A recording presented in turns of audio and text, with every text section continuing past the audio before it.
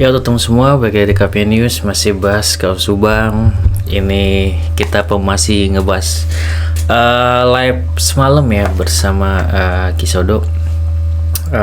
Live yang luar biasa, selalu ada menyajikan suatu informasi baru ya teman-teman. Jadi menarik buat teman-teman semua untuk lihat live-nya gitu kan ya.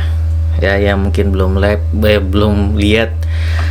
Ya karena kemarin Kisodo nggak live di YouTube ya, karena mungkin timnya nggak ada juga, dia mungkin nggak ada HP 2 untuk bisa satu HP-nya live di YouTube. Jadi ya gue inisiatif sendiri ya untuk sedikit bantu live-in gitu ya, biar teman-teman semua yang belum tahu bisa jadi tahu gitu, dan gue bisa ngasih info ke teman-teman semua tentang ya sedikit ya live kemarin, walaupun tidak full ya, maksudnya tidak full dari awal. Ada pembahasan apa bang kemarin tentang Pak Erdilauh gitu ya? Di sini ya gue mau bilang sebelumnya bahwasanya ya gue sangat apresiasi ya untuk Pak Erdilauh, walaupun kita berbeda pendapat, berbeda pandangan, namun kita bisa saling menghormati gitu. Jadi memang sangat luar biasa ya, karena memang Pak Erdilauh sangat terlihat ya cinta damai lah gitu ya.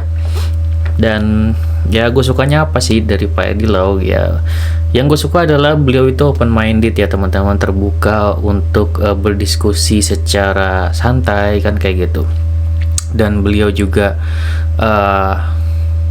menggunakan keilmuannya gitu, menggunakan keilmuannya dalam kasus ini, dan beliau berkomitmen gitu kan ya, bahwasanya ini berdasarkan keilmuan yang saya miliki, ini Pak Yosef tidak bersalah gitu dan segala macam. Dan kalau teman-teman mau lihat mungkin perkataan beliau seperti apa ya, ini mungkin cuplikan sedikit ya gue kasih lihat untuk pernyataan beliau, dan ada pernyataan gue juga.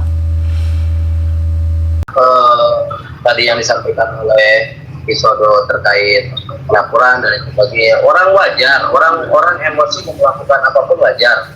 Tapi saya adalah orang yang tidak pernah menjelekkan Kaktil. Ada yang bilang katanya saya nggak kenal dengan Kaktil. Kita ngobrol kemarin nyaman-nyaman aja, baik-baik aja, saling support segala macam. Ya mungkin itu orang yang goreng-goreng aja, itu mau lapor segala macam. Dia baik sama saya, bukan saya takut dilaporin kan gitu. Kalau saya prinsipnya, selama saya memang menjalankan tugas, dan selama menjalankan tugas saya membuat kesalahan, misalnya sepertinya kesalahan saya akan kesalahan saya kan begitu. Tapi kalau bagaimanapun ketika paslon semua bertanya kepada saya pelakunya, sampai sekarang saya bilang pelakunya. Saya selalu komit, menurut siapa? Menurut saya mengobrol dengan Yosef, pengakuan Yosef, dan saya melihat hukum acara saya selama saya memahami konteks hukum itu tersebut, kan sah-sah saja kalau saya bilang, kalau saya mempercayai Yosef bukan pelakunya, saya mempercayai kalau putusan pengadilan itu adalah prematur. Ini kan pembunuhan, pasal 340, berencana dengan siapa? Nah makanya Kisodo ini kasus makin bingungnya kenapa? Statusnya harusnya P21 dong untuk Mimin Arigi dan Abi. Kenapa kejaksaan menolak dan tidak mau untuk P21? Berarti kan kurang alat bukti. Nah kalau misalkan Polda Jabar berani meng-SP3 untuk Mimin Arigi dan Abi, saya yakin keputusan Yosef divonis 20 tahun itu menurut saya bahasanya ya, itu cacat hukum, itu tidak bisa. Itu kalau Mimin Arigi Abi di SP3 maka gugur demi hukum, Yosef harus dibebaskan, itu menurut saya. Benar kan? Gimana? Sekarang P21 ya kan, kalau P21 jaksanya menolak, Pak polisi mohon maaf nih, ini kurang alat bukti. Nah kalau saya di pihak dua kubu, saya adalah orang yang menyetujui pihak kepolisian dan kejaksaan, itu keterangan dan saja ya kan, itu barang bukti, dan secara normatif diketuk palu bahwa keterangan para saksi dan hakim bisa loh memenjarakan Yosef. Kenapa tidak gitu mereka untuk memp21kan, melihat dari barang bukti fakta persidangan, kenapa tidak di P21kan? Ya karena ada bukti yang kuat dari Mimin Arigi atau Abi, keputusan P21 itu berkasnya nggak lengkap sampai bolak-balik.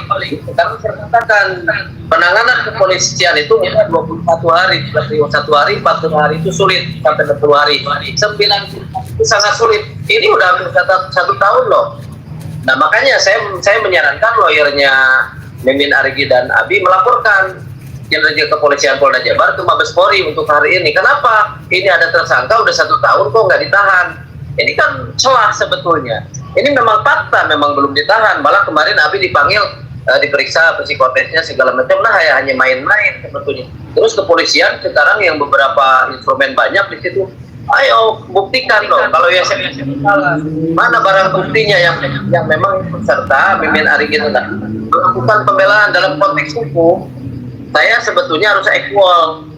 Bukan berat dari awal juga bahasa saya seperti itu dari awal sampai sekarang saya nggak berubah meskipun saya masuk di yayasan agak sedikit memberatkan Pak Yosef memang di sini pembina yayasan bertanggung jawab atas kesalahan-kesalahan tersebut. Itu kira-kira. Oke. Gimana Bang Sena? Pendapatnya Bang Sena? Ya, masalah apa Pak Yosef? Masalah Mimin Arigi belum P21. Ya kalau masalah Mimin ya, kalau saya kan mensupport Polda Jabar, artinya pra peradilan juga udah kalah. Saya yakin Polda udah punya 2 alat bukti, tapi mungkin kurang yakin ya. Mungkin kurang yakin dan kemungkinan nunggu P21. Menunggu kasasinya Pak Yosef ingkrah gitu loh. Iya, karena memang sudah dibuktikan di pra peradilan pun dan kemarin juga banding juga kalah ya, Pak Yosef ya. Saya juga berharap sih sebenarnya berharap dari Polda juga segera menangkap MAA gitu. Sama-sama gemes, saya juga gemes. Betul. Segera biar ditangkap gitu kan. Betul. Biar segera P21 begitu. Menurut Kavian gimana? Jadi kalau saya pribadi ya sebenarnya ya awalnya saya mau mengucapkan juga sangat menghargai ya gitu komitmen dari Pak Erdilau. Kita berbeda pendapat tapi kita bisa tetap menghargai gitu ya tanpa mencaci maki segala macam gitu. Untuk hal Bumi Minada Arigi dan Abi itu semua netizen sebenarnya setuju dan gemes juga gitu kan ya. Kapan Polda Jabar mengambil tindakan gitu kan ya. Dan adapun perkataan dari Pak Erdilau yang menyatakan bahwasanya ya harusnya pengacara Pak Yosef ya tuntut sekalian kan gitu ya. Harusnya itu ada kepastian hukum kan seperti itu ya. Saya setuju kalau masalah itu gitu karena ini sudah terlalu lama gitu ya dan kita juga menunggu nih gitu kan untuk kepastian hukum dari Polda Jabar untuk Bumi Arigi dan Abi kan gitu karena kasihan berkata gitu ya digantungin terus dan kita juga berharapnya kan nunggu P21 langsung dong sidangin kan kayak gitu. Ayo pembuktian kan kayak gitu.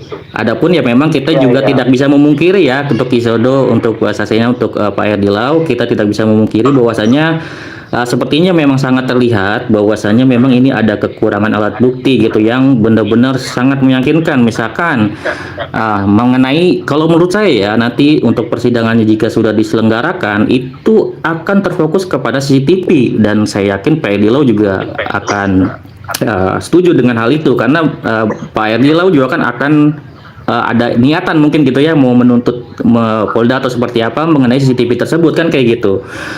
Ya kita juga tidak bisa memungkiri juga ya Pak Erdilau karena di sini juga memang ada peran oknum-oknum gitu kan yang dari awal nih bukannya nggak dari awal ya dari awal dari mulanya TKP dari ditelusuri CCTV ada sabotase itu kan yang mempersulit. Sebenarnya kan saya selalu bilang ya kasus Subang ini adalah kasus yang sangat mudah tapi dipersulit kan kayak gitu dibuat-buat agar para tersangkanya tidak bisa ketahuan entah itu siapa tersangkanya kan kayak gitu ya. Polda Jabar benar-benar harus kerja keras ya, makanya kita support penuh ya untuk Bang Sasena, Kisodo mungkin dengan Pak Erdilau juga.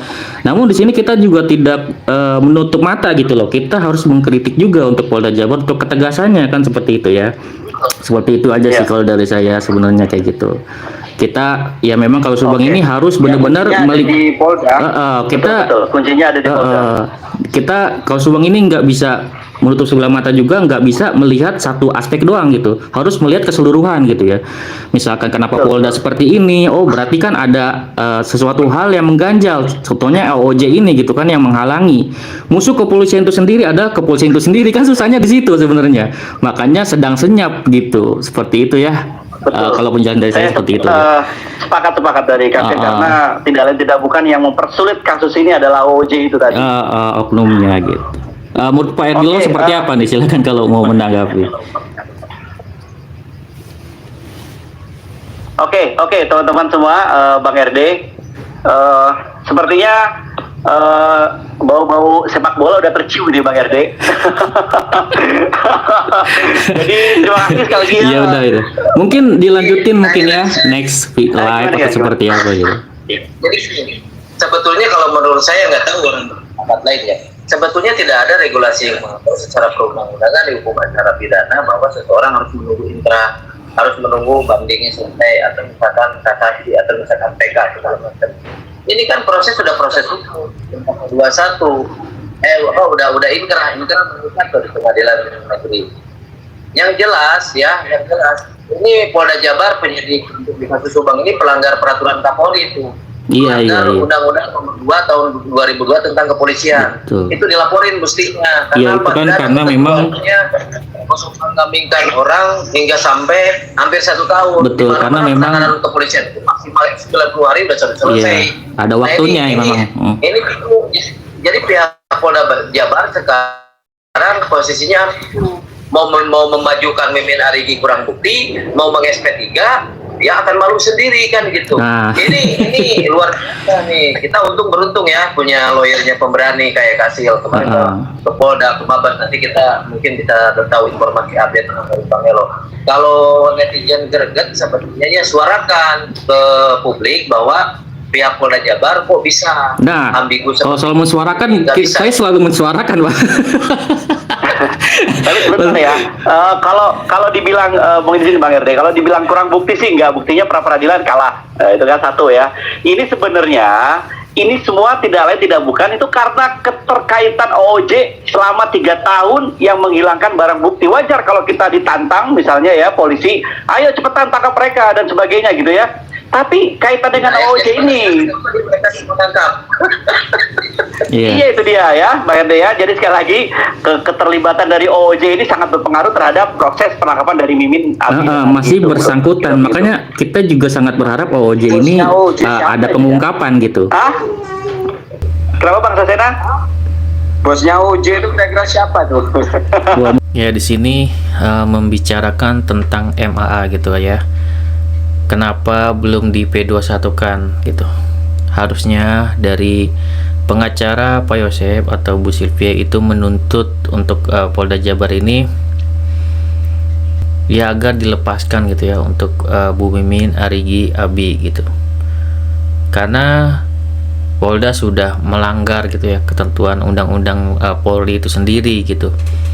Bahwasanya memang seseorang dijadikan tersangka itu sudah ada waktunya, misalkan kayak gitu, sebulan 90 hari, dan itu harusnya sudah selesai, nggak sampai setahun. Dan itu adalah suatu hal yang sangat gue setuju sekali, karena memang itu aturannya gitu kan ya. Dan kok ini bisa sampai setahun, harusnya kan ya Bu Sylvia harus menuntut, dan itu ya gue benarkan karena memang seperti itu aturannya. Namun disitu ya gue jelasin juga bahwasanya memang ini apa sih yang bikin kendala kan seperti itu. Kalau misalkan barang bukti itu dianggap yang kurang atau tidak cukup, ya kalau ngomongin cukup itu cukup gitu ya. Namun kalau dibilang kurang kuat itu bisa dikatakan seperti itu gitu. Suatu hal yang membuat jaksa penuntut umum tidak P21kan berkas dari Polda Jabar, artinya ini dianggap kurang kuat gitu ya, bukannya tidak cukup tapi kurang kuat misalkan kayak gitu. Kalau di pra peradilan sudah menang ya itu kan berarti 2 alat bukti itu sudah ada sebenarnya kan kayak gitu. Namun kuat atau enggaknya itu kan mungkin yang dipertimbangkan oleh jaksa penuntut umum kan kayak gitu. Terkendalanya apa ya di situ gue jelasin juga. Memang kalau untuk melihat kasus Subang ini harus dilihat secara menyeluruh gitu, tidak bisa di satu aspek doang. Tentang apa sih kesulitannya itu kan sudah sangat jelas, nanti akan berkaitan dengan CTP, dan gue jawab seperti itu ya, karena CTP ini berkaitan dengan OJ kan kayak gitu. Makanya dari Polda Jabar sulit gitu ya, karena ini data saintifika yang sangat diharapkan ini terganggu oleh OOJ ini. Makanya dari Polda Jabar kan untuk sekarang ini kan memang sedang giat-giatnya nih untuk kejar OOJ ini gitu, karena kalau OOJ ini selesai mungkin Bumi Nargi dan Nabi juga selesai dalam arti kata bisa beliau benar-benar adalah pelakunya, bisa juga enggak kan seperti itu, karena CCTV ini harus terungkap, OOJ ini harus terungkap gitu. Dari Bu Sylvia sendiri juga ya sangat mendukung kan untuk OOJ ini juga bisa terungkap kan seperti itu, dan beliau juga terfokus oleh CCTV juga dan meminta akses gitu ya ke Polda Jabar agar diberikan akses untuk semua CCTV yang sudah didapatkan oleh Polda Jabar kan seperti itu. Itu inti-intinya ya Bu Sylvia sebenarnya dapat kan kayak gitu. Ya paling tinggal menuntut aja Polda Jabar tentang status status Bumin Nargi dan Abi ini kan sudah terlalu lama dan melanggar aturan kan seperti itu, karena ini posisinya sampai setahun digantung gitu ya. Dan ini kan hal ini membuat gemas juga ya seluruh ya pengawal KUA Subang ini menjadi gemas karena tidak di P21 kan gitu. Walaupun kita ya sebagai netizen sangat tahu gitu kendala dari Polda Jabar ini ada di OOJ ini gitu, karena masih berkaitan nih gitu. Ya itu juga kecewaan gue juga gitu ya, untuk OOJ ini sudah jelas ada yang menghilangkan CCTV dan segala macam, kok nggak diusut lebih jauh, atau mungkin memang ya kita sebagai netizen tidak tahu lebih banyak, mungkin sudah diusut, mungkin ada kendala-kendala baru gitu ya, kita kan tidak tahu internal dari Polda Jabar sendiri kan kayak gitu ya. Kalau dibilang misalkan senyap, oke lah kita menunggu gitu ya, yang menunggu sampai kapan gitu. Tugas kita di sini sebagai netizen adalah bersuara gitu ya. Kalau kita tidak bersuara ya lenyap kan gitu, bisa tenggelam gitu. Tugas kita di sini untuk menyuarakan terus gitu untuk OOJ ini gitu. Karena kalau OOJ ini bisa terungkap, mungkin kalau sini cepat nih selesai gitu. Jika ada yang bertanya gimana Bang KUA Subang, apakah sudah selesai atau belum, ya ini kita nunggu dari Polda Jabar untuk benar-benar progresnya gimana untuk OOJ ini gitu. Kalau mereka buka suara gitu kan ya, yang tentunya ini jadi dipermudah gitu loh. Ya intinya adalah apa yang dikatakan Pak Edi Lau itu ya ada benarnya tentunya ya, sesuai dengan aturan, sesuai dengan pemikiran beliau dan juga memang peraturan undang-undang gitu kan ya. Dan jika Bu Sylvia menuntut untuk Polda Jabar gitu kan ya, karena ini kan sudah setahun digantung dan memang sudah sewajarnya seperti itu, harusnya memang Bu Sylvia menuntut gitu, karena kliennya ini sudah digantung terlalu lama dan Polda memang sudah menyalahi aturan kan kayak gitu. Dan mungkin jika dengan tuntutan dari Bu Sylvia ini juga akan menjadi cambuk gitu ya, menjadi membuat Polda Jabar ini bisa tersentak juga gitu kan ya, untuk cepat-cepat mengurusi OOJ ini gitu dan segera memberikan klarifikasinya kepada masyarakat gitu kan ya, atau benar-benar memberikan informasi yang jelas gitu, bagaimana tindakannya, bagaimana kemajuannya, bagaimana progresnya gitu loh, sampai di mana gitu, dan benar-benar juga mengklarifikasi untuk ada kepastian dari status Bumi Nargi dan Abi gitu. Kalau secara hukuman ya dengan dirumahkannya beliau, namun posisinya sebagai tersangka itu juga kan sudah menjadi hukuman ya, hukuman sosial bagi masyarakat bahwa beliau ini adalah tersangka, mereka semua gitu, itu dapat hukuman sosial ya. Di satu sisi juga ya mereka jadi dicurigai terus misalkan kan kayak gitu, jika terjadi sesuatu pada saksi misalkan kepada Pak Edi dan segala macam, posisinya mereka masih dilepaskan kan kayak gitu. Itu juga kan menjadi kecurigaan atau keresahan bagi masyarakat bahwasanya beliau jadi ya tentunya yang tertuduh gitu. Seperti itu, ada kecurigaan. Nah, baiknya kan kita mendorong nih Polda Jabar untuk cepat-cepat mengurusi untuk OOJ ini. Jika memang ada kendalanya harus dipercepat gitu. Jangan sampai diulur-ulur terus gitu kan ya. Jika ada kendala cepat diselesaikan dan ada kejelasan hukum bagi Bumi, Nargi dan Abi gitu. Ya, itulah tugas kita sebagai netizen, hanya bisa mensuarakan, mendukung terus ya. Semoga dari Ates Law Farm, dari Pak Tovan juga memfollow up terus ya untuk OOJ ini, dan semoga jika kita tidak mendapatkan info dari Polda Jabar langsung ya, seenggaknya mungkin dari Ates Law Farm atau Pak Tovan bisa memberikan kita insight atau informasi mengenai perkembangannya gitu ya, karena itu yang kita tunggu-tunggu gitu. Oke, segitu dari gua, semoga bermanfaat. Wassalamualaikum warahmatullahi wabarakatuh. Sini teman-teman.